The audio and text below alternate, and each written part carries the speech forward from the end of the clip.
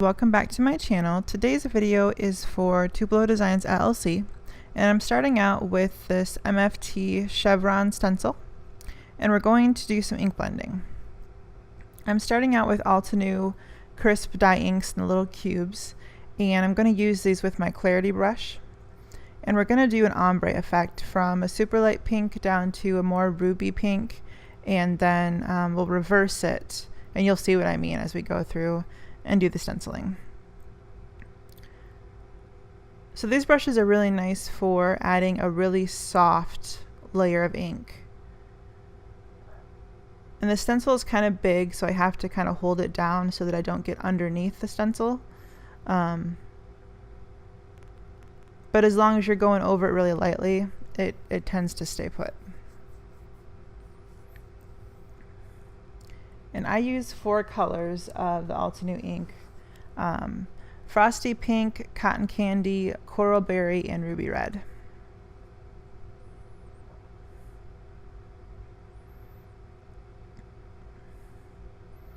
And as I'm going from the super light pink to the ruby, I don't bother cleaning off the brush, because there's kind of no point because you're going from light to dark. But when I go in reverse from dark to light, then I clean off my brush between colors.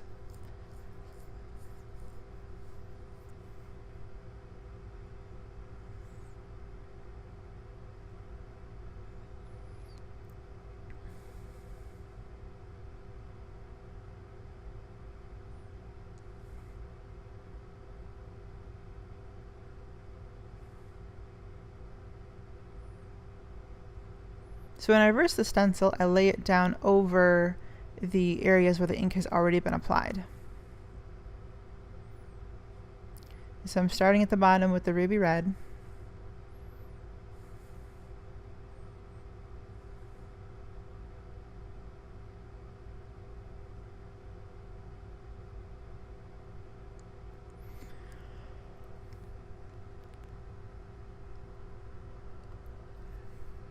And then cleaning off my brush thoroughly so that I don't contaminate the lighter colors.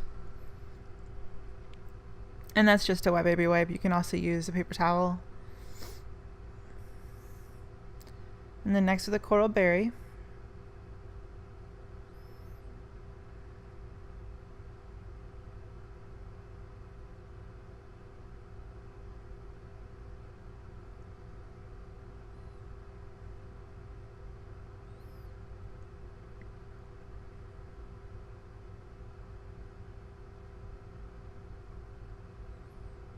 And I didn't worry too much about going out to the full edge of the card because I planned on die cutting this anyway. And then next with the Cotton Candy.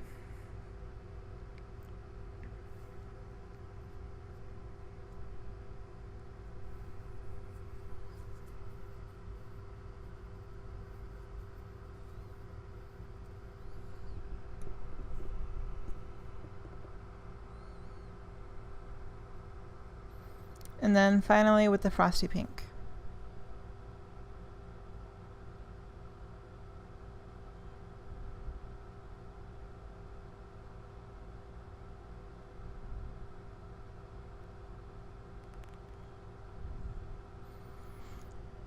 And I usually use these brushes in a circular motion, but for this stencil in particular, I would just went with the back and forth motion, just because it was a bigger stencil.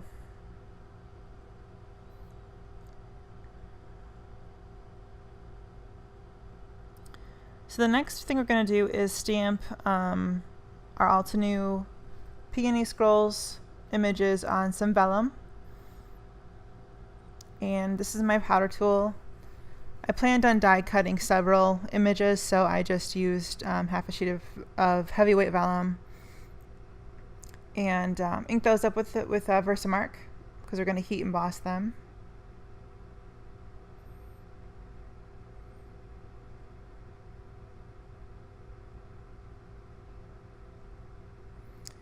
The embossing powder I'm using is Ranger Platinum.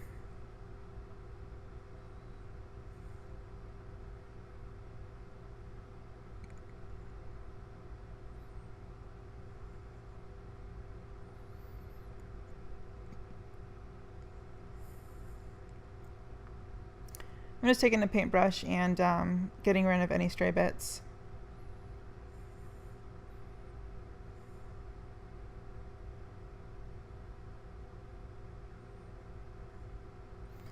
And after I heat emboss and before I die cut, I added a sheet of stick it adhesive to the back so that they would be essentially stickers, but you wouldn't see the adhesive behind the vellum.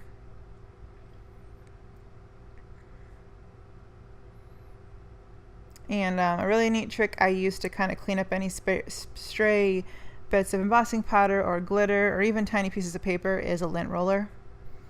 I have one in my craft room and I just roll it over whatever is left over and it picks it all up and it's nice and neat.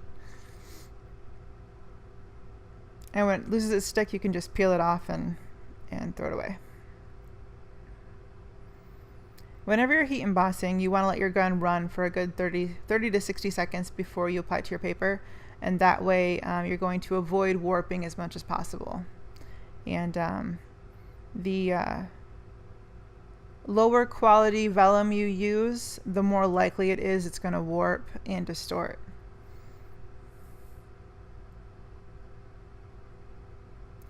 So I've die cut the stenciled piece with a stitched heart from Lawn Fawn, and I'm using one of the sentiments from the Altenew Painted Greetings set.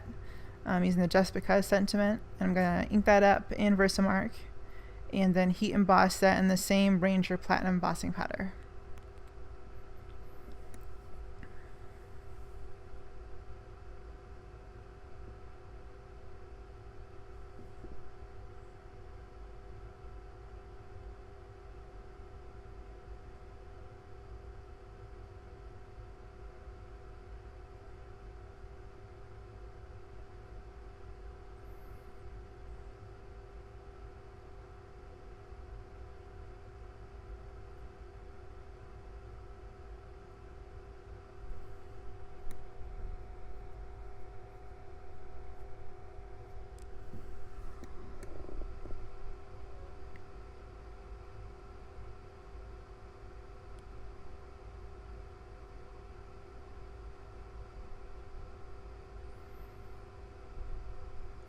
And so here's our die cut vellum pieces. And I'm just kind of arranging those into the pattern I want them.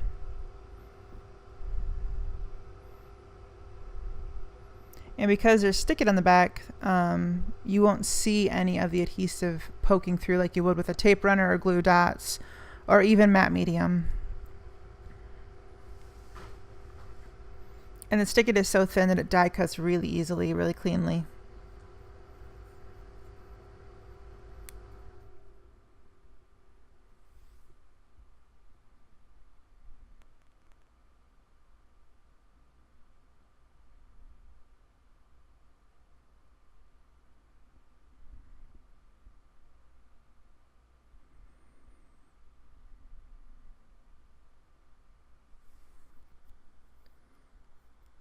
And I arranged these first, and then when I found what I liked, I just took a picture with my phone so that I could kind of keep the original arrangement while picking them up and taking the backing off and then reapplying them.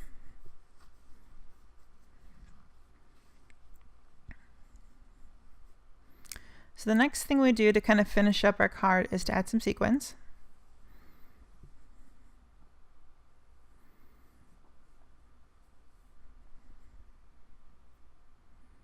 And I just add those with some glossy accents.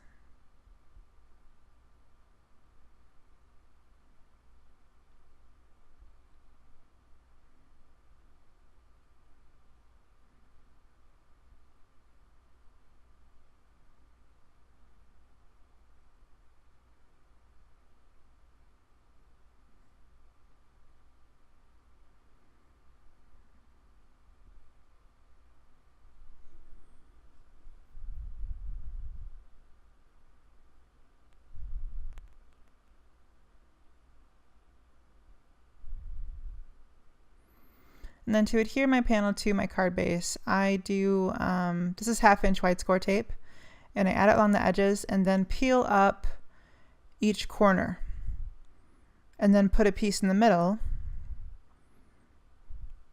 line it up with my card and stick the middle down, and then go through and pull off the backing along the edges. That's what I found to make the easiest way to line up the card properly. So that's our card for today. Thank you for joining me. Don't forget to like, comment, and subscribe so you don't miss anything. I've got some still shots at the end, and we will see you later. Thanks. Have a great day. Bye-bye.